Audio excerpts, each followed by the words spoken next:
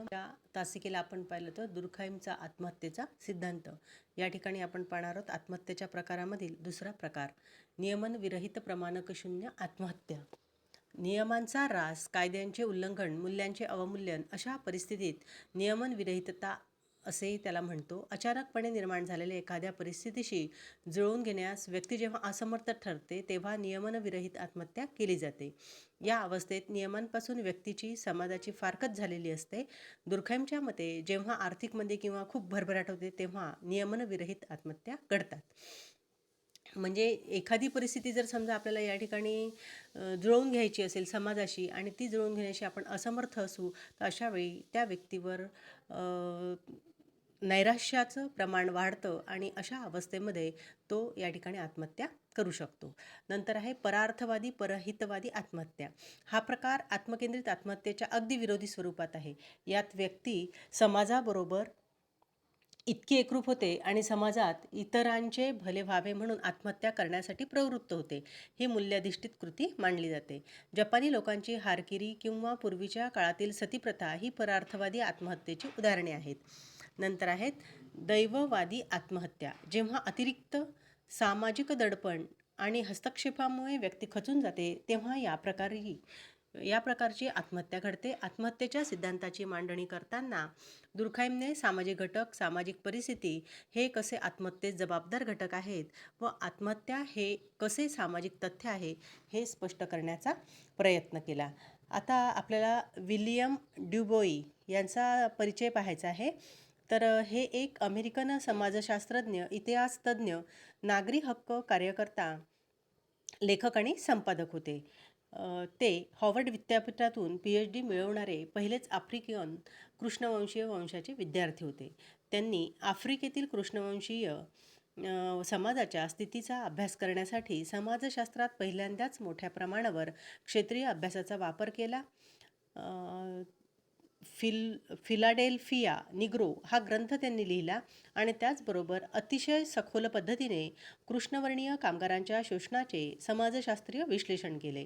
त्यांच्या मते कृष्णवर्गीय कामगारांनी उत्पादक आणि ग्राहक यांच्या सहकारी तत्वावर उभी असणारी अशी एक स्वतंत्र अर्थव्यवस्था निर्माण करावी. हीच अर्थव्यवस्था आर्थिक विषमता आणि कृष्णवर्णीय लोकांचे दारिद्र्य मिटवू शकेल. त्यानंतर आहे कार्ल मार्क्स. आणि कार्ल मार्क्स हा जर्मन अभ्यासक, तत्त्ववेत्ता, अर्थशास्त्रज्ञ, इतिहासकार, राजकीय विचारवंत, समाजशास्त्र, पत्रकार, वकील आणि थोर क्रांतिकारक होता. मार्क्सला साम्यवादाचा रचनाकार मानले जाते. त्याचे विचार संपूर्ण जगात अत्यंत सामर्थ्यशाली असे आणि प्रभावी आहेत. तर आता कार्ल मार्क्स त्यांची ही भांडवलशाही एक अर्थव्यवस्था आहे आणि जी नफ्यावर आधारित असलेला स्पर्धात्मक बाजार, कामगार, खाजगी मालमत्ता आणि उत्पादनाच्या साधनांच्या मालकीवर अवलंबून आहे. म्हणून या ठिकाणी काय केलं आहे, कार्ल मार्क्सचा जो वर्ग संघर्षाचा सिद्धांत आहे तो कामगारामध्ये या ठिकाणी त्यांनी व्यक्त केलेला आहे. तर काय म्हणतात की वर्ग संघर्षाचा सिद्धांत ही संकल्पना मार्क्सच्या विचारांच्या केंद्रस्थानी आहे. त्यांच्या साम्यवादी जाहीरनाम्यामध्ये त्याने असे म्हटले की इतिहासाच्या प्रत्येक अवस्थेमध्ये दोन वर्गामध्ये संघर्ष झालेला आहे. भांडवलदार आणि कामगार या दोन वर्गांमध्ये कायम वैरभाव आणि द्वेषभाव दिसून येतो. मार्क्सच्या मते आर्थिक घटक हाच समाजातील वर्गाचा पाया असतो आणि त्यांच्या तत्त्वज्ञानात तो वर्गीय स्तरीकरणाला सर्वोच्च महत्त्व देतात. त्यांनी इतिहासाचा अन्वयार्थ वर्गसंघर्षाच्या दृष्टिकोनातून मांडला आहे.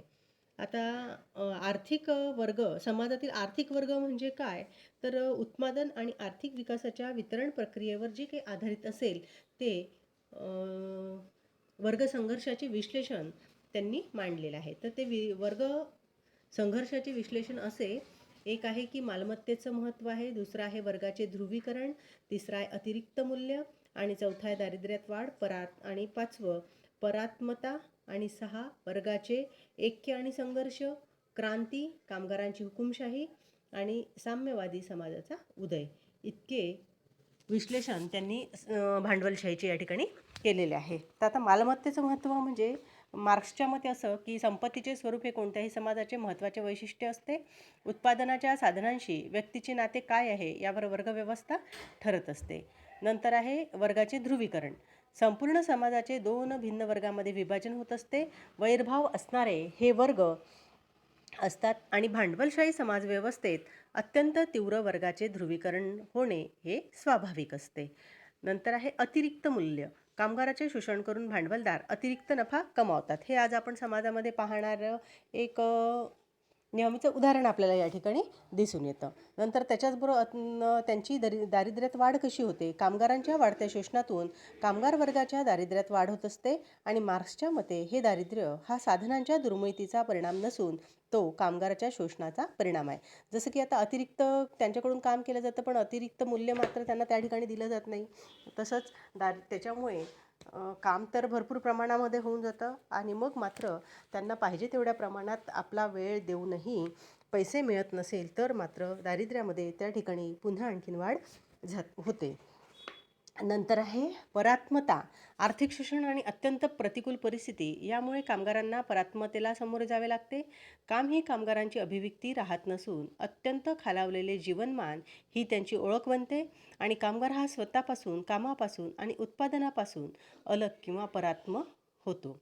म्हणजे आता या ठिकाणी त्यांना असं सांगायचं आहे की काम ही कामगाराची अभिव्यक्ती राहत नसून अत्यंत खालावलेले जीवनमान, कारण पैसाच नसेल तर त्या पद्धतीमध्ये त्यांना जीवन हे जगावे लागते आणि म्हणून मात्र वर्गाचे ऐक्य आणि संघर्ष याच्यामध्ये सुद्धा काही ना काही प्रमाणामध्ये विरोधाभास आपल्याला दिसून येतो. आता वाढत्या वर्गाविषयक जाणीवेमुळे एका वर्गातील व्यक्तीमध्ये एकात्मता वाढते आणि विरुद्ध वर्गाबद्दल आत्यंतिक द्वेषभाव वाढतो. मग क्रांती शेवटी काय होते की या सगळ्या गोष्टीचा परामर्श संघर्षामध्ये होतो आणि कुठेतरी क्रांती करावी लागते. म्हणून या वर्गसंघर्षाचा शेवट क्रांतीने होतो आणि भांडवलशाही समाजाच्या रचनेचा ऱ्हास होतो. कामगारांची हुकुमशाही. क्रांतीनंतर कामगारांची हुकुमशाही प्रस्थापित होते. भांडवलदार वर्गाचा क्रांती अस्त होतो आणि मार्क्सच्या मते ही एक संक्रमण अवस्था आहे. नंतर साम्यवादी समाजाचा उदय. जसे की खाजगी मालमत्तेच्या विनाशानंतर वर्ग आणि वर्गसंघर्ष संपुष्टात येईल. मार्क्सने म्हटल्याप्रमाणे वर्गविरहित समाजात अंतिमतः राज्यसंस्था देखील लोप पावेल आणि या समाजव्यवस्थेत कोणाकडेच खाजगी मालकी नसेल. प्रत्येक व्यक्ती आपल्या कुवतीनुसार कामाला हातभार लावेल आणि तिच्या गरजांनुसार त्यांची मिळकत असेल.